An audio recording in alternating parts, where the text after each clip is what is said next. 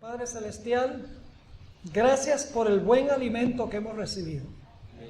Gracias por la vida y la salud y tantas bendiciones que tú derramas con abundancia sobre nosotros. Gracias especialmente por tu palabra, que es una guía segura para un mundo que anda completamente despistado, completamente desubicado. Pedimos en esta tarde, al estudiar algunas cosas sobre la escena del juicio en Daniel 7, que tu Santo Espíritu nos acompañe por medio del ministerio de tus ángeles. Danos entendimiento, pues queremos ser como Daniel, quien entendió las grandes profecías de tu palabra. Gracias por la promesa de tu presencia. Reclamamos esa promesa en el precioso nombre de Jesús. Amén. Quiero comenzar mencionando que la Biblia, más específicamente las profecías de la Biblia, contienen lo que yo llamo la gran cadena profética. Nosotros los adventistas tenemos un método muy especial de estudiar las profecías. Tenemos un método que se conoce como el método histórico, también se conoce como historicismo. Básicamente es un método matemático de estudiar las profecías donde uno no puede fallar en la interpretación. La idea es que las profecías, especialmente las profecías en cadena, como por ejemplo Daniel 2, Daniel 7, Daniel 8 y 9, Daniel 11, Apocalipsis 12, Apocalipsis 13, esas profecías en cadena comienzan a cumplirse en los días cuando vivió el profeta. Es decir, el punto de inicio es cuando vivió el profeta. La terminación de esta cadena profética es cuando Cristo Jesús toma posesión del reino eterno. Y entre esos dos puntos, donde tenemos el comienzo en los días del profeta y cuando Cristo tome los reinos de la tierra, entre esos dos puntos tenemos una cadena de eventos sin interrupción que se cumplen un evento tras otro. Ahora, la profecía que vamos a mirar esta tarde es una profecía muy bien conocida. La he escogido porque es bien conocida. Lo que tal vez no es tan bien conocido de esta profecía es la última parte de la profecía. Me refiero a la profecía de Daniel, el capítulo 7. Así que si van conmigo a Daniel 7, vamos a estudiar, brevemente vamos a estudiar 2/3 de esta profecía y entonces vamos a enfocarnos especialmente en la escena de juicio que tenemos en este capítulo. Ahora vamos a repasar como marco, porque siempre tenemos que mirar las cosas en su contexto. Vamos a estudiar la secuencia de poderes que tenemos en Daniel 7. En primer lugar tenemos un león. ¿Qué representa el león? Babilonia, año 605 al 539 a.C. Luego tenemos un oso. ¿Qué representa el oso? A los medos y los persas, 539 al año 331 a.C. Luego tenemos un leopardo que representa el reino de Grecia, 331 al 168 a.C. Luego tenemos una cuarta bestia espantosa y terrible que en realidad es un dragón, según Apocalipsis 12. Y ese dragón representa ¿qué reino? Roma. Representa el Imperio Romano. Pero la profecía no termina solo con 4 bestias. Porque la profecía dice que después que la cuarta bestia gobierna por un tiempo, dice que en la cabeza le salen 10 cuernos, que representan 10 reinos en que se dividió el Imperio Romano. Esos 10 reinos estaban completos en el año 476. En ese año el último emperador romano del occidente fue depuesto. Se llamaba Rómulo Augustelo. Después de eso no hubo emperador en el occidente. Fue el último emperador depuesto del trono en Roma. Para ese tiempo ya Roma, el Imperio Romano, se había dividido en 10 reinos. Es decir, había gobernado el imperio sin divisiones. Luego vinieron las invasiones de las tribus bárbaras. se dividió Roma en 10 reinos. La división estuvo completa en el 476.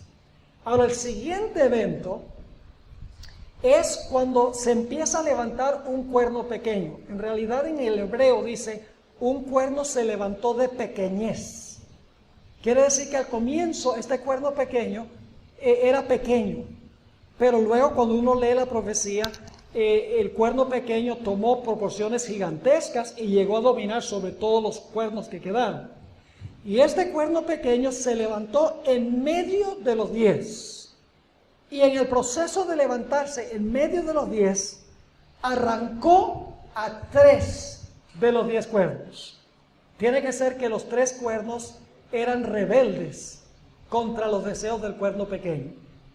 Pues después del año 476, había 3 de los 10 reinos que eran rebeldes al obispo de Roma.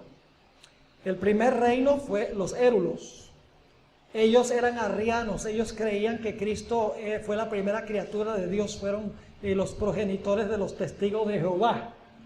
Y el obispo de Roma apeló al emperador para que el emperador, que ahora estaba en el oriente, no estaba en el occidente, estaba en Constantinopla, apeló al emperador del oriente para que él usara sus tropas para acabar con los érulos, que eran opositores a la teología de la iglesia.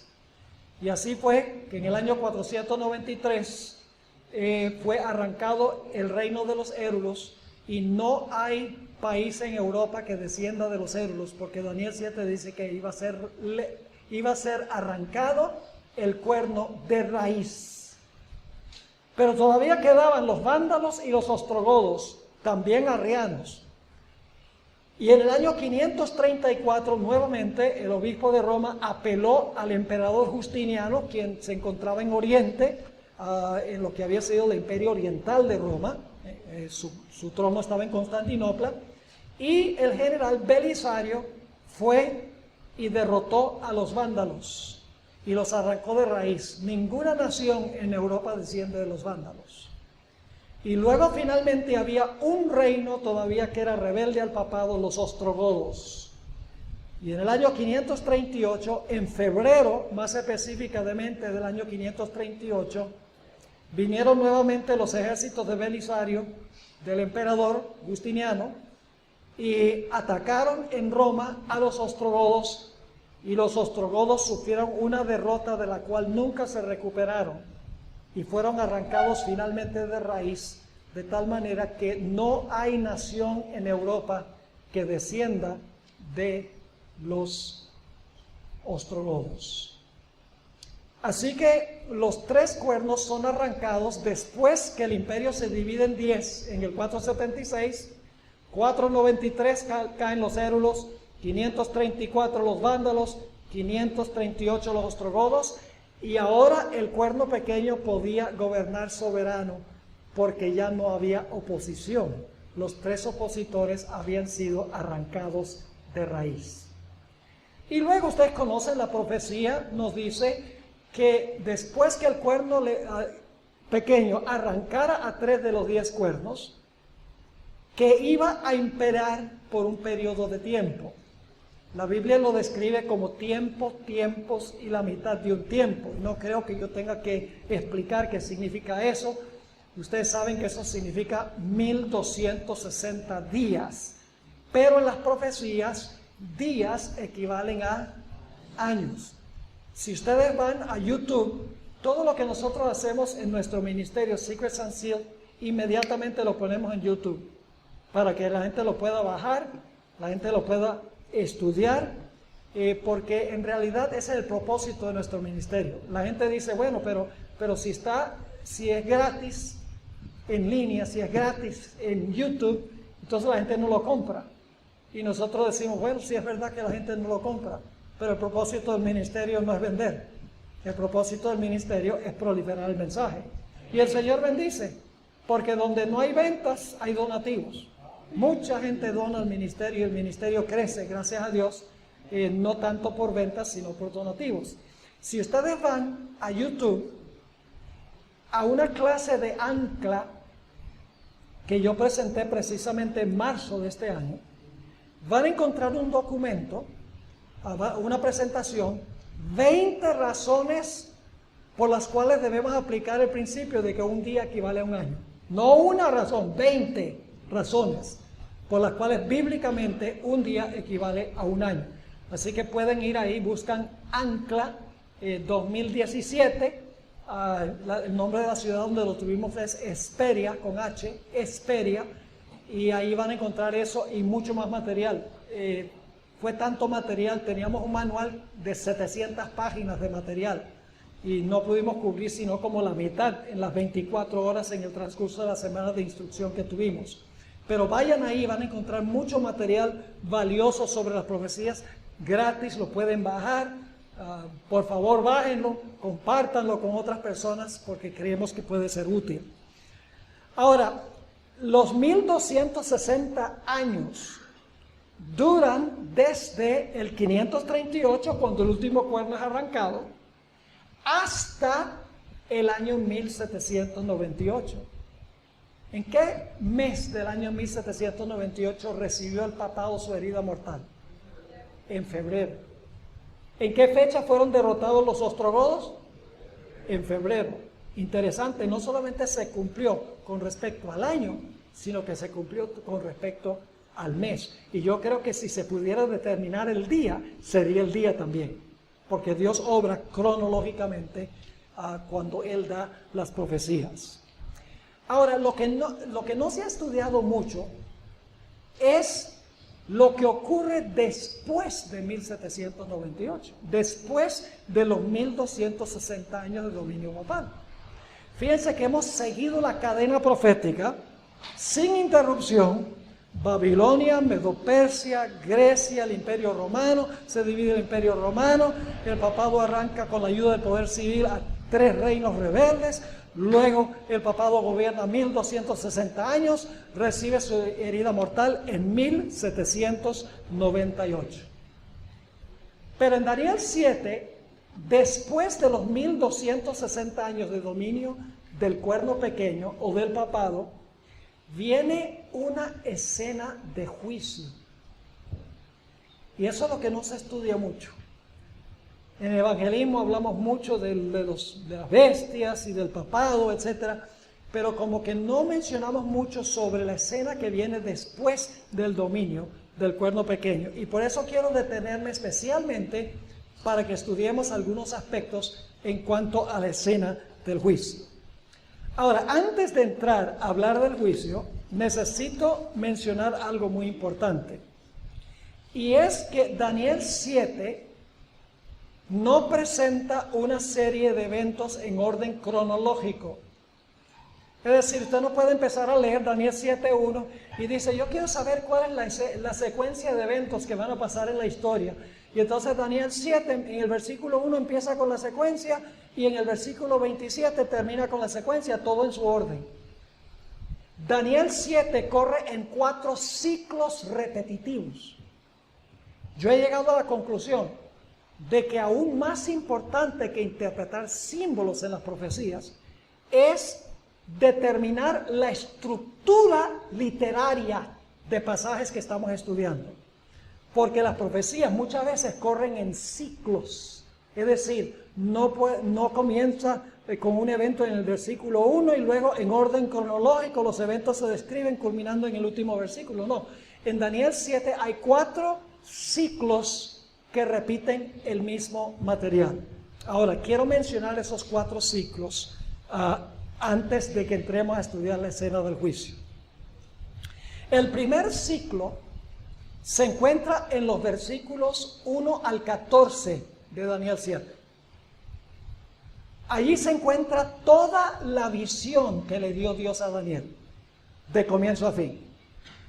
Ahí se relata el león, el oso, el leopardo, el dragón, los 10 cuernos, los 3 cuernos que arranca el cuerno pequeño, el dominio del cuerno pequeño, la escena de juicio, Cristo recibe el reino y entonces se le da el reino a los santos del Altísimo. Es decir, toda la cadena completa de la visión está en los versículos 1 al 14, de comienzo a fin. Ahora, en los versículos 15 al 18, Ahora Daniel le hace una pregunta, y esto lo vamos a estudiar más detalladamente en unos momentos. Daniel quiere saber qué significa la visión, que se le ha mostrado los primeros 14 versículos. Así que Daniel le dice a Gabriel, quien es el ángel que le está dando este sueño, le dice: yo quería saber en cuanto a esta visión. Y por lo tanto ahora viene Gabriel, en los versículos 15 al 18, y le da una explicación breve de la misma visión que tenemos en los versículos 1 al 14. Pero es una explicación abreviada. Ahí Gabriel le dice a Daniel: mira, las 4 bestias son 4 reyes o reinos que se van a levantar en la tierra. Y después de eso dice: los santos recibirán el reino. Es decir, es una explicación abreviada donde otra vez, como Daniel ha preguntado en cuanto al significado de la visión. Ahora viene Gabriel y dice: bueno, te voy a explicar, las 4 bestias son 4 reinos que se van a levantar y finalmente los santos van a recibir el reino cuando el Señor Jesucristo venga. Pero Daniel no queda conforme, así que ahora tenemos un tercer ciclo. Ahora Daniel, en los versículos 19 al 22, ahora Daniel le dice a Gabriel: pero Gabriel, yo lo que quiero es que tú me expliques en cuanto a la 4ª bestia, en cuanto a los 10 cuernos, en cuanto al cuerno pequeño, y la venida del anciano de días para el juicio, y cuando los santos toman posesión de los reinos del mundo. Eso es lo que yo quiero saber. Así que nuevamente ahora se repite en la pregunta de Daniel, se repite otra vez el asunto de qué representa la 4ª bestia, los 10 cuernos, el cuerno pequeño, la venida del anciano de días y el juicio, y cuando los santos reciben el reino. Y entonces en los versículos 23 al 27, ahora Gabriel le explica a Daniel, fíjese, otro ciclo otra vez, le dice a Daniel: ahora te voy a explicar qué es la 4ª bestia, qué son los 10 cuernos, qué es el cuerno pequeño, su periodo de dominio, qué significa cuando viene el anciano de días y el momento cuando los santos reciban el reino. ¿Les queda claro? Es decir, el capítulo no está en orden cronológico. Tiene 4 ciclos repetitivos, y por eso tenemos, cuando estudiamos las profecías, tenemos no solamente que interpretar, bueno, estrella representa un ángel, o una bestia representa una nación. No es suficiente interpretar los símbolos, tenemos que ver cómo es la estructura del pasaje, cómo está organizada. Ahora, antes de entrar a estudiar la escena de juicio, en Daniel 7 hay otro punto que necesito cubrir. ¿Les quedó claro este punto? ¿Sí? Ok, ahora hay otro punto que tenemos que cubrir. Y es que para el mundo cristiano, el juicio es un evento. Para la iglesia adventista, el juicio es un proceso. ¿Me escucharon? Para los no adventistas, el juicio es un evento. Para la iglesia adventista, el juicio es un proceso. La razón por la cual el mundo cristiano está tan confundido cuando se trata de las profecías y el santuario es porque no entiende el juicio. Yo les pregunto, para una persona que no es adventista, si una persona cuando murió aceptó a Cristo, ¿para dónde va? Al cielo. Y si no recibió a Cristo, al infierno. Entonces, ¿cuándo es juzgada la persona? Cuando la persona se muere. Ese es el evento. La persona muere, ¡pum!, cielo o infierno. Entonces, ¿para qué se convoca un juicio celestial? Para examinar los registros si la persona es recompensada cuando se muere. ¿Están entendiendo lo que estoy diciendo? Ahora, según el concepto bíblico, el juicio consta de 3 pasos consecutivos. Los mismos 3 pasos que ocurren en un juicio terrenal. Ahora, yo no sé cómo es el sistema de juicio en Costa Rica, pero yo me imagino que es parecido a los Estados Unidos. Traen a un acusado. Hay un fiscal y hay un abogado defensor. ¿Qué es lo primero que se hace en el juicio? ¿Tienen juicios de jurado aquí? ¿O el juez siempre dicta la sentencia? El juez. Ok, vamos a usar entonces el caso del juez.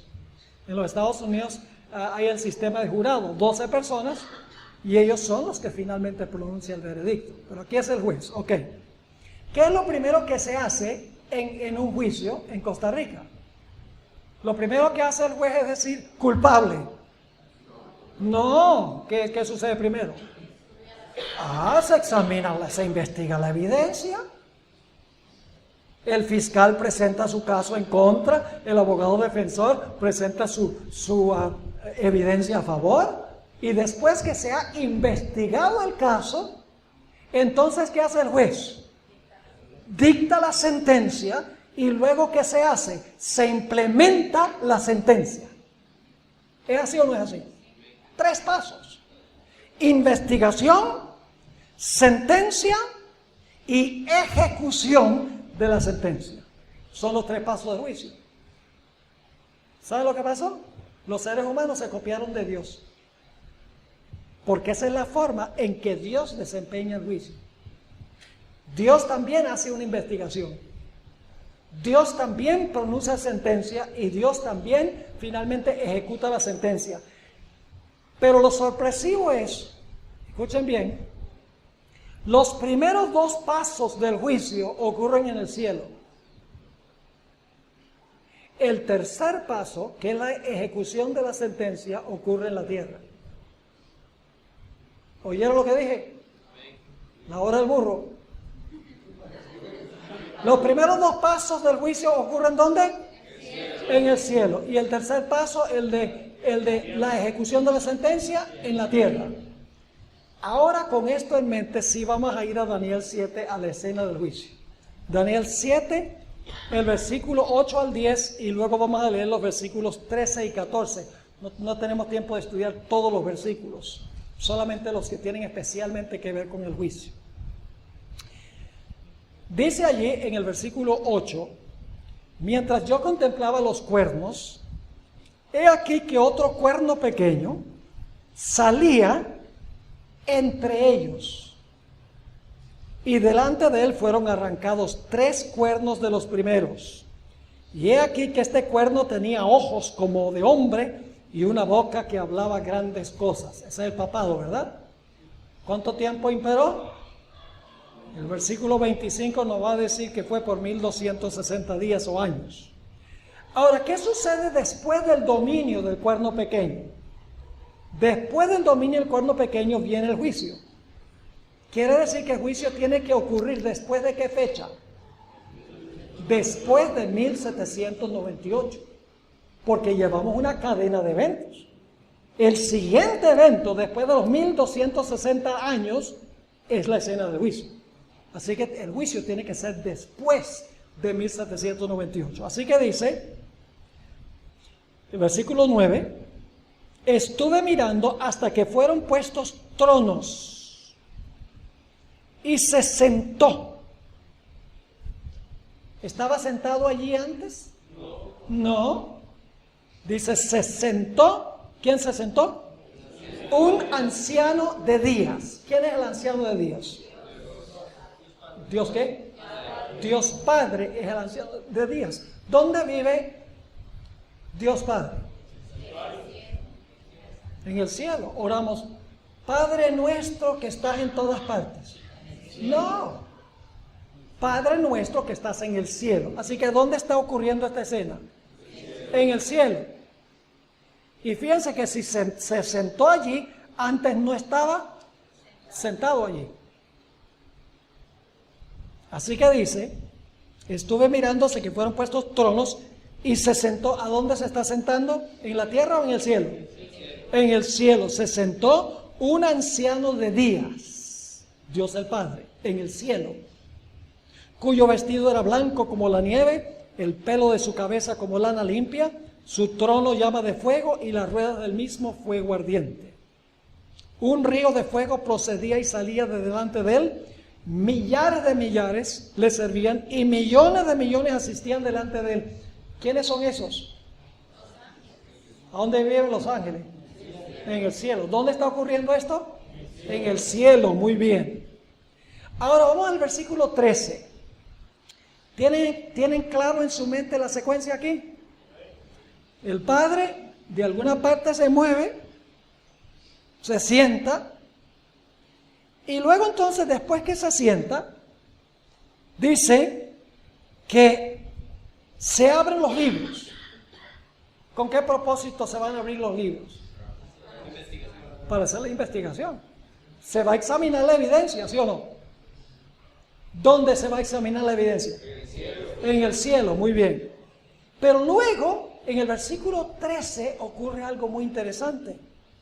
Otro personaje se va a mover a donde se movió el anciano de días. Dice en el versículo 13, miraba yo en la visión de noche, he aquí con las nubes del cielo. ¿Qué son las nubes del cielo? Los ángeles son las nubes. Dice, cuando la Biblia dice que he aquí viene con las nubes y todo ojo le verá, las nubes representan ángeles. Cuando la sierva de Dios habla de esa nube como la mitad del tamaño del puño de una mano, dice que se vuelve más y más grande a medida que se acerca a la tierra, y cuando ya está cerca de la tierra se ve que en realidad la nube es una nube de ángeles. Una nube recibió a Jesús para ascender al cielo. ¿Qué fue esa nube que vino para llevar a Jesús al cielo? Los ángeles.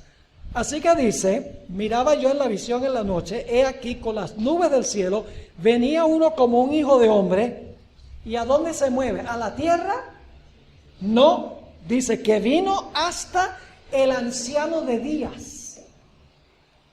¿A dónde está llegando este personaje? El Hijo del Hombre es Jesús, obviamente. ¿A dónde va Jesús? ¿Está viniendo a la tierra o está yendo a donde fue el Padre en el cielo? A donde fue el Padre en el cielo. Y luego dice, vino hasta el anciano de días y le hicieron acercarse delante de él. ¿Quién le hizo acercarse delante de Dios el Padre? Los ángeles, según el contexto. Ahora, ¿a qué va Jesús allá? Se mueve el Padre, se abren los libros, ahora va Jesús a donde fue el Padre. Esto está ocurriendo en el cielo. ¿A qué va Jesús? A donde fue el Padre. No tenemos que adivinar. Versículo 14 lo dice. Y le fue dado. ¿Quién se lo dio? ¿Ustedes creen un ángel se lo dio? Jamás. Ahora dice, ¿por qué fue Jesús allá? Dice, le fue dado dominio, gloria y reino. ¿A qué va Jesús allá donde está el Padre? ¿Para recibir qué? El reino. Y luego sigue diciendo, para que todos los pueblos, naciones y lenguas le sirvieran. Su dominio es dominio eterno, que nunca pasará, y su reino, uno que no será, ¿qué? Uno que no será destruido. ¿Está claro en su mente? ¿A dónde está ocurriendo todo esto? ¿A dónde va a recibir Jesús el reino? ¿A dónde se le da el reino? En el cielo. Interesante, ¿no? Ahora, tenemos que ver el segundo ciclo repetitivo, porque lo que acabamos de leer es del primer ciclo, donde está toda la visión.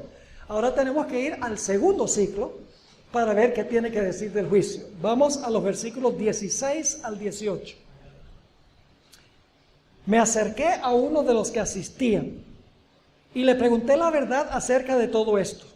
Y me habló y me hizo conocer la interpretación de las cosas. Estas 4 grandes bestias son 4 reyes, que es intercambiable con reinos, que se levantarán en la tierra. Y luego, ¿qué dice? Después recibirán, ¿qué cosa? El reino, los santos del Altísimo. Así que no solamente Jesús va al Padre para recibir el reino, sino ¿quiénes van a recibir el reino? Dice, los santos del Altísimo recibirán el reino, pero no son, ¿dónde reciben los santos el reino? ¿En la tierra o en el cielo? En el cielo reciben el reino, por sentencia. Pero luego termina diciendo, y poseerán el reino. ¿Dónde reciben el reino? En el cielo. ¿A dónde poseen el reino? cuando se ejecuta la sentencia en la tierra. Dice, poseerán el reino hasta el siglo, eternamente y para siempre. ¿Se dan cuenta que empieza en el mismo lugar y termina en el mismo lugar? Ahora tenemos que ir al tercer ciclo. Daniel 7, 21 y 22. Otra vez a repetir, otro ciclo. Dice, y veía yo que este cuerno, es el cuerno pequeño, hacía guerra contra los santos y los vencía, hasta que vino el anciano de días. ¿Vino a dónde? ¿A la tierra? ¿O se movió en el cielo? En el cielo, según el contexto. Hasta que vino el anciano de días, y ahora escuchen esto. ¿A qué fue el anciano de días allá?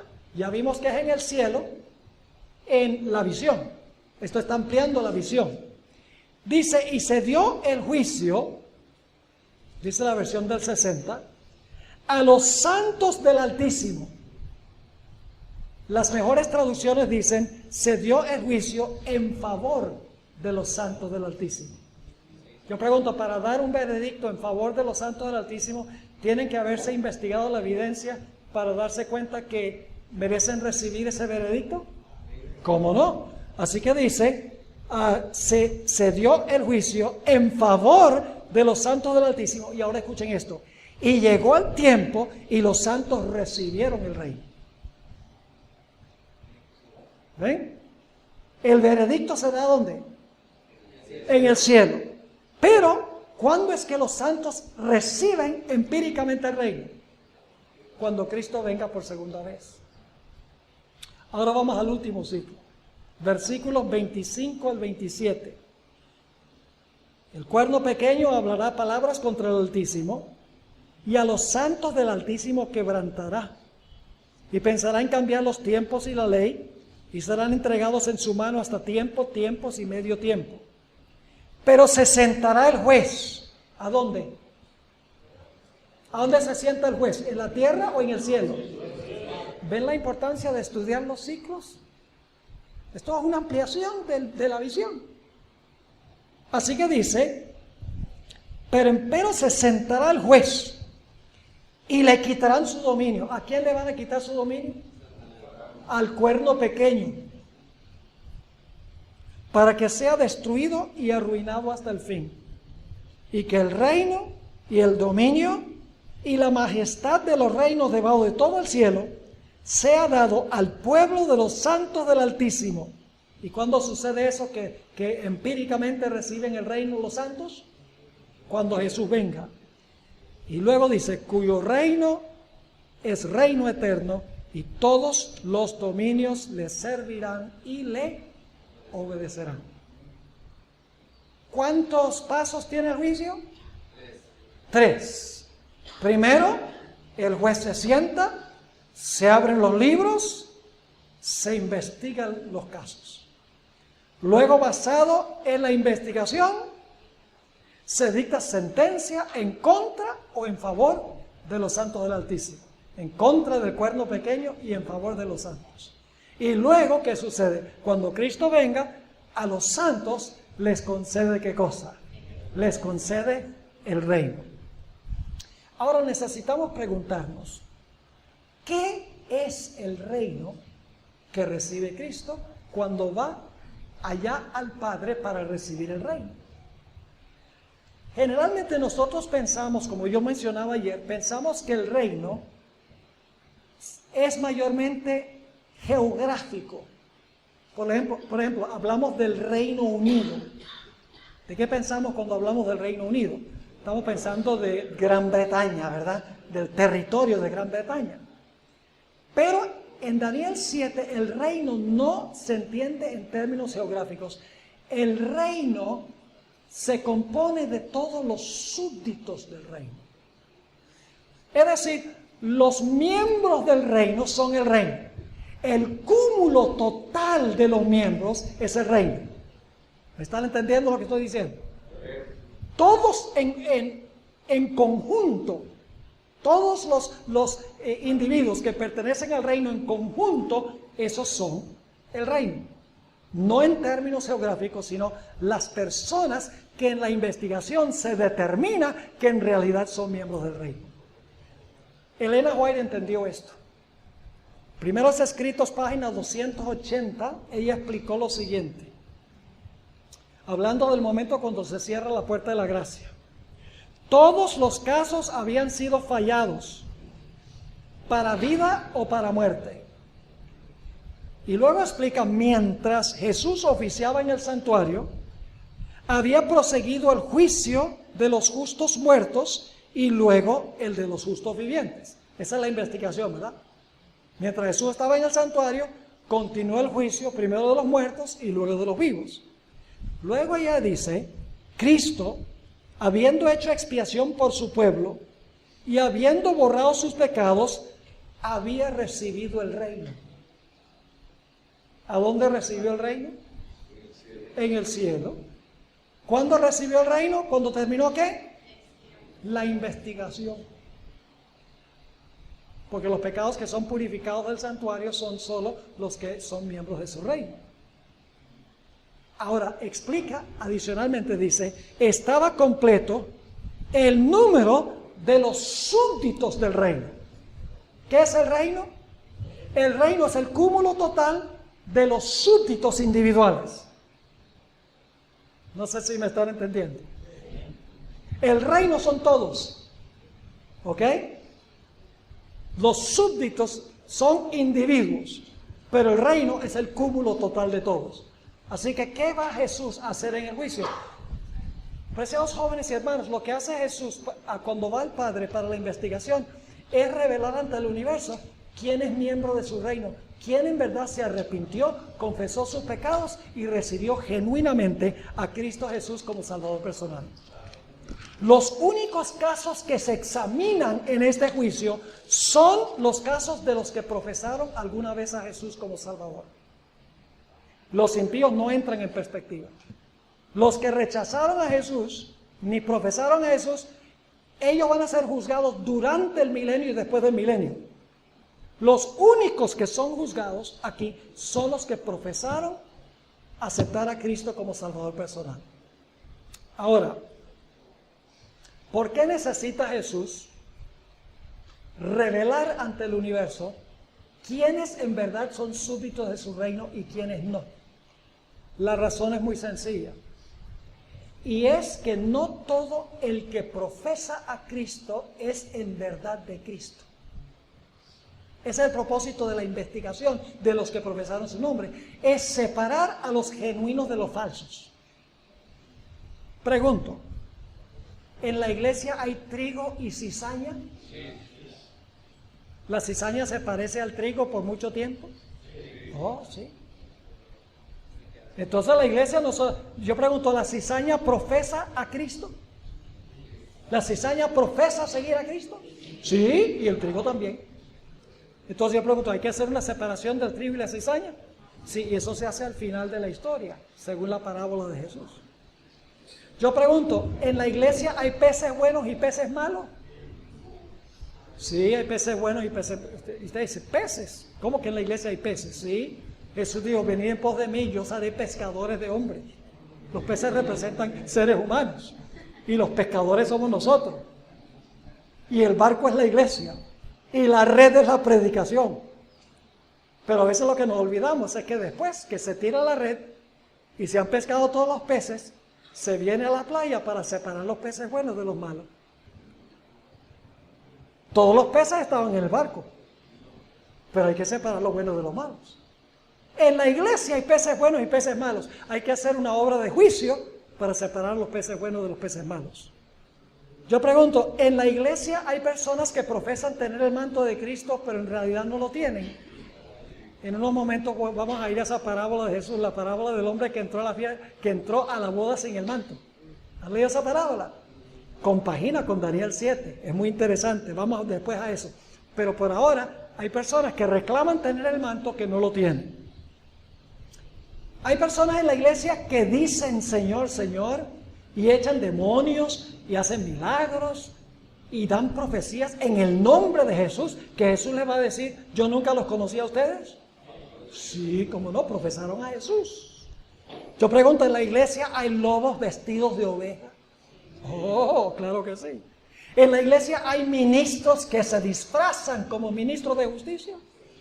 En la iglesia hay personas que tienen apariencia de piedad, pero en realidad no tienen piedad. Sí, Señor. Por eso hay que hacer la investigación, no para informar a Dios, porque Dios ya sabe. Dios es omnisciente. Dios no tiene que decir, bueno, hagamos el juicio para yo poder saber quién se va a salvar y quién se va a perder. Dios ya sabe quién se va a salvar y quién se va a perder. Dios ya sabe la elección que nosotros vamos a hacer. Dios no lo determina, Él sabe cuál será nuestra decisión.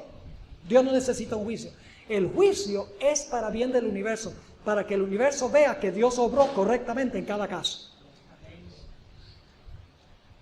Imagínense ustedes un juicio.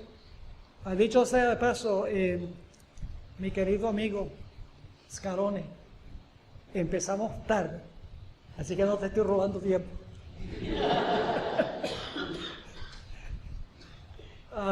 Soy como Robin Hood.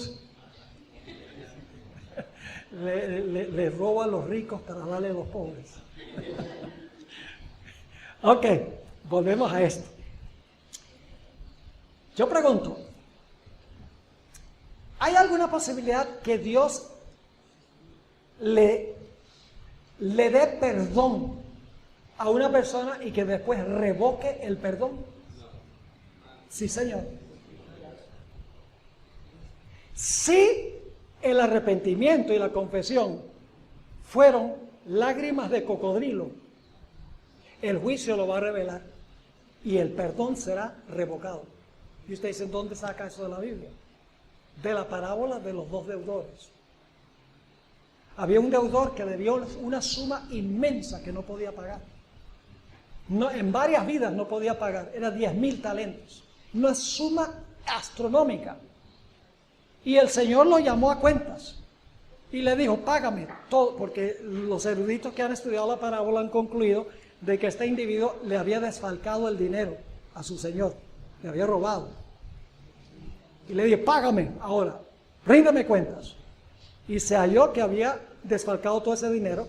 Y entonces ahora el Señor dice, échenlo a la cárcel con toda la familia, confísquenle todos los bienes. Y este individuo le dice a su Señor, ay, por favor, dame tiempo que yo te lo pago. Y el Señor le dice, pero qué tiempo ni qué pan caliente, tú no puedes pagar esto ni en varias vidas.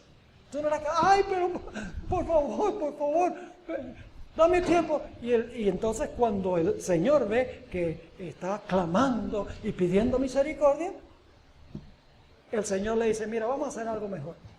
Porque clamaste a mí por misericordia, perdonado. La deuda está perdonada. Te puedes ir. ¿Cómo? ¿Me puedo ir? ¿Así nomás? Sí, te puedes ir.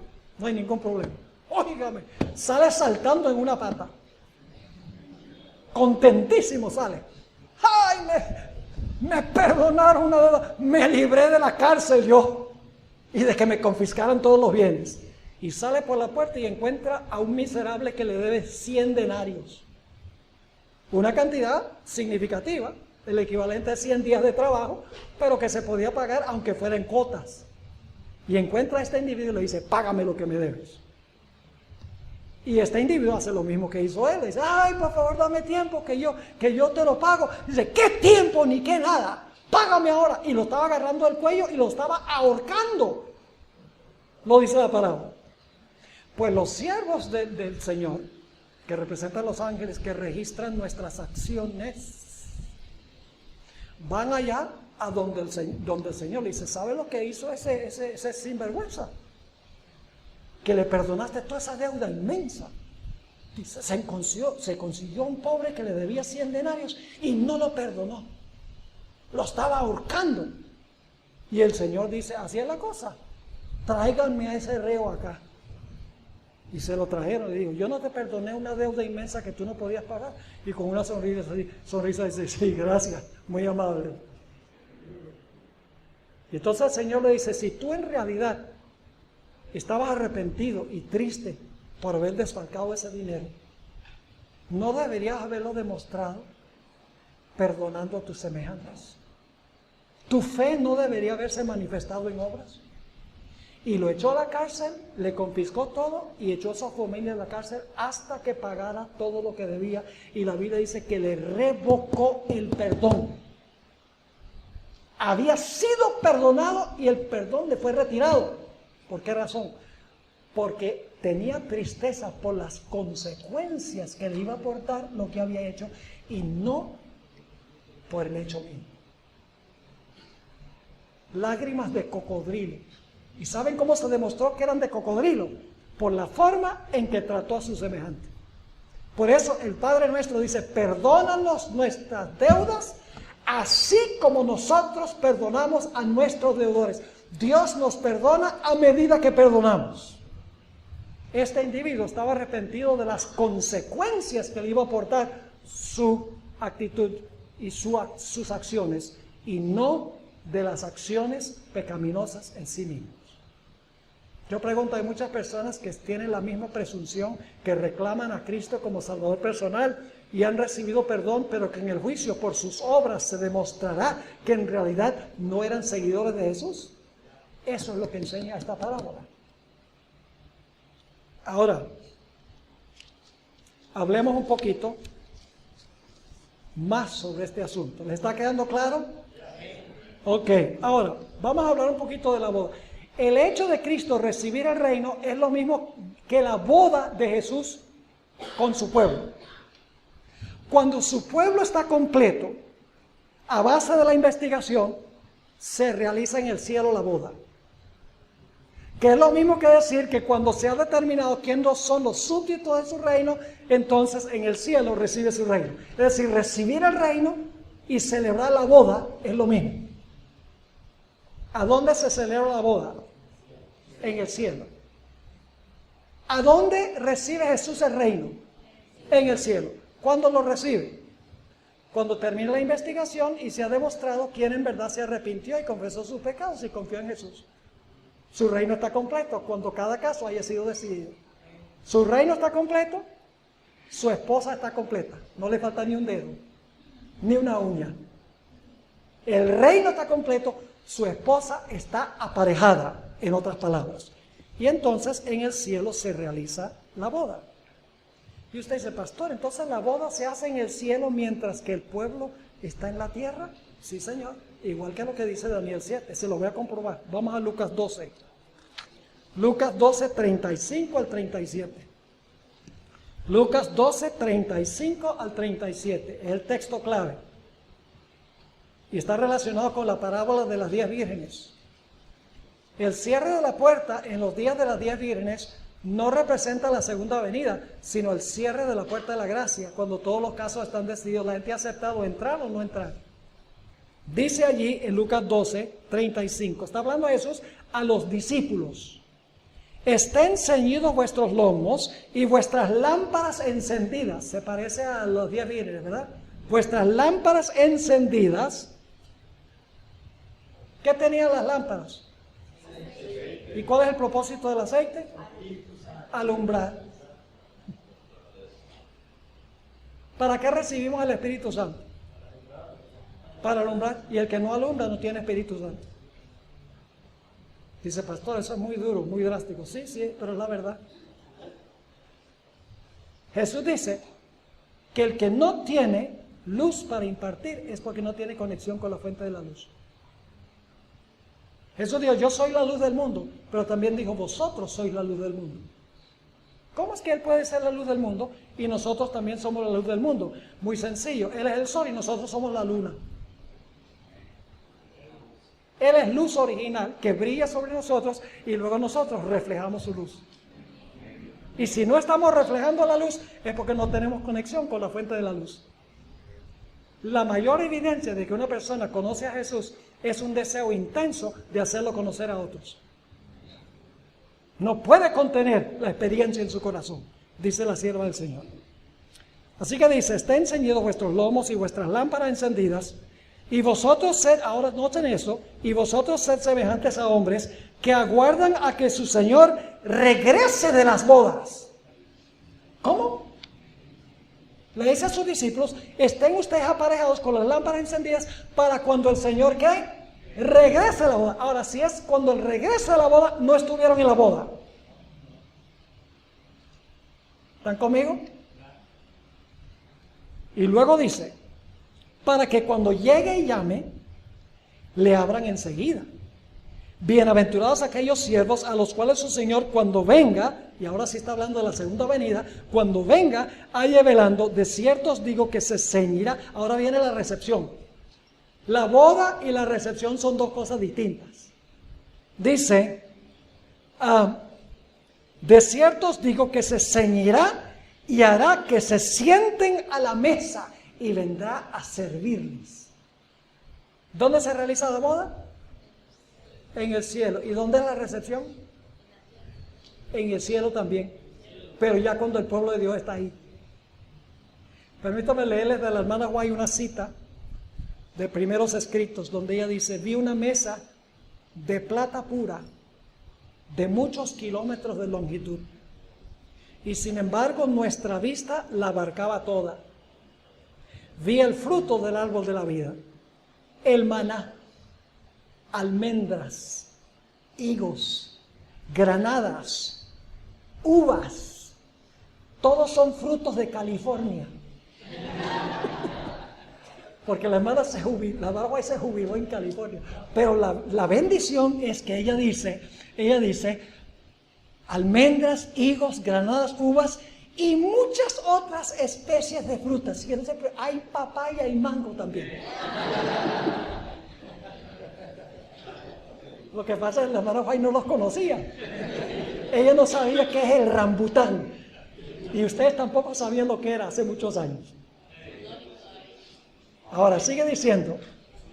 Ahora fíjense la reacción de la hermana White. Le rogué a Jesús que me permitiese comer del fruto y respondió: todavía no. Quienes comen del fruto de este lugar ya no vuelven a la tierra.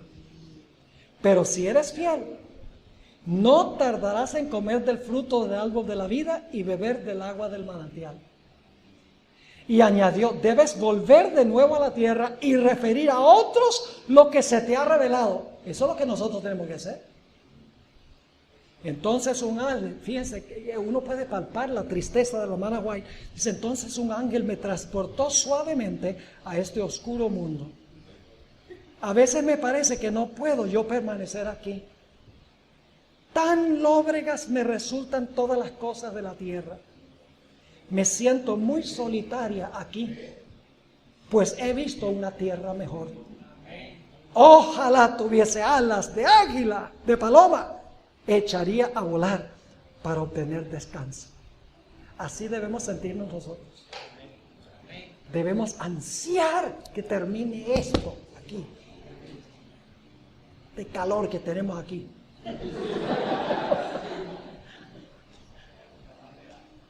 Ahora, permítame leerles un pasaje. ¿Cuánto tiempo? Ya se acabó el tiempo, ¿verdad? Bueno, déjeme leer este último texto. Quería tratar también si el juicio tiene que ver solo con el cuerno pequeño, porque está hablando del cuerno pequeño. Algunos dicen: no, eso no tiene nada que ver con Levítico 16, porque esto lo que tiene que ver es con juzgar el cuerno pequeño.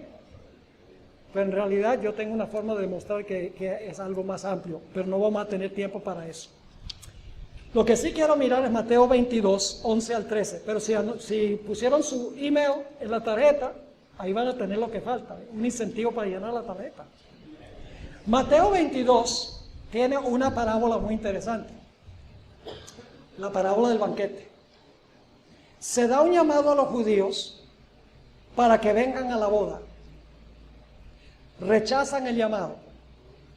Después que se ofrece el buey engordado, que representa la muerte de Cristo, se da otro llamado a los judíos hasta el apedreamiento de Esteban. Hacen lo mismo, matan a los siervos. Y por lo tanto ahora el rey se enoja y manda a quemar la ciudad de los que recibieron los primeros dos mensajes, que es la ciudad de Jerusalén, destruida en el año 70. Todavía no se ha realizado la boda. Así que ahora, como el pueblo judío no recibió el mensaje, se da la orden: vayan por los caminos e inviten a la boda a todos cuantos encuentren. La palabra caminos es una palabra técnica que significa los gentiles. Recuerdan que Jesús le dijo a los discípulos: no vayan por los caminos a los gentiles, vayan solo a las ovejas extraviadas de la casa de Israel. Camino significa los gentiles. Así que ahora el evangelio, como los judíos lo rechazaron, va a todas las naciones. Y se llena el salón de invitados a la boda. Todavía la boda no se había hecho cuando todos los invitados están presentes allí. Y ahora, cuando están ya presentes todos los que están en el salón de la boda, que se va a realizar la boda, sale el rey. Y el rey va a hacer algo muy significativo. Vamos al versículo 11. Y entró el rey para ver a los convidados. Esa palabra ver, hay una palabra común para ver en la Biblia, que en el Nuevo Testamento, que es la palabra blepo. Y hay otras palabras también para ver. Esta palabra es una palabra que no es usual.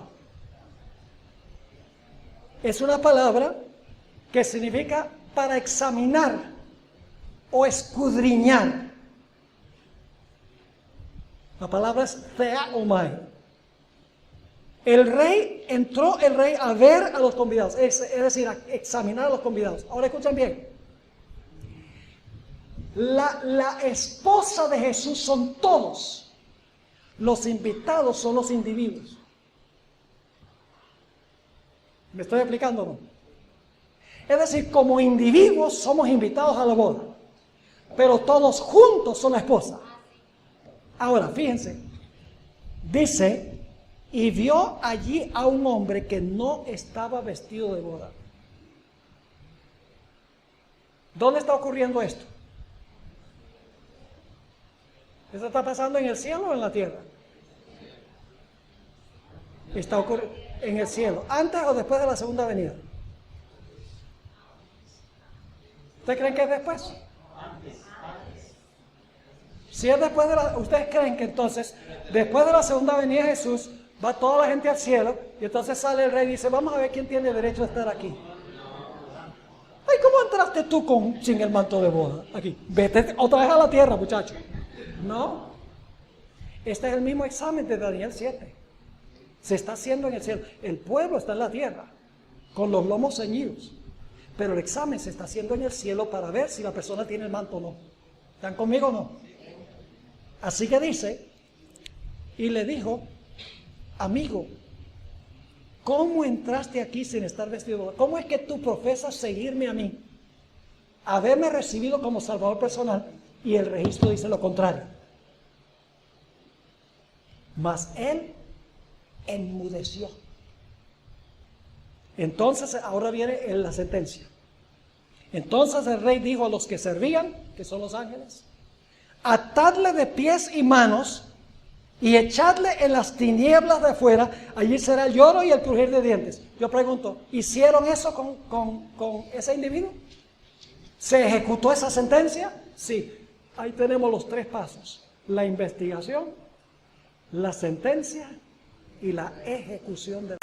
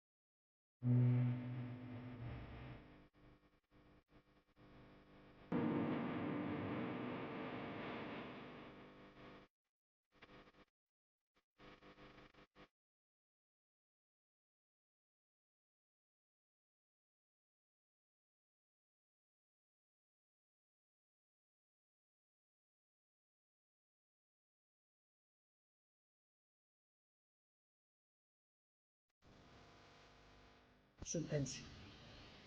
Esta es la doctrina que distingue a la iglesia adventista de todas las demás iglesias, que todos tendremos que comparecer ante el tribunal de Cristo.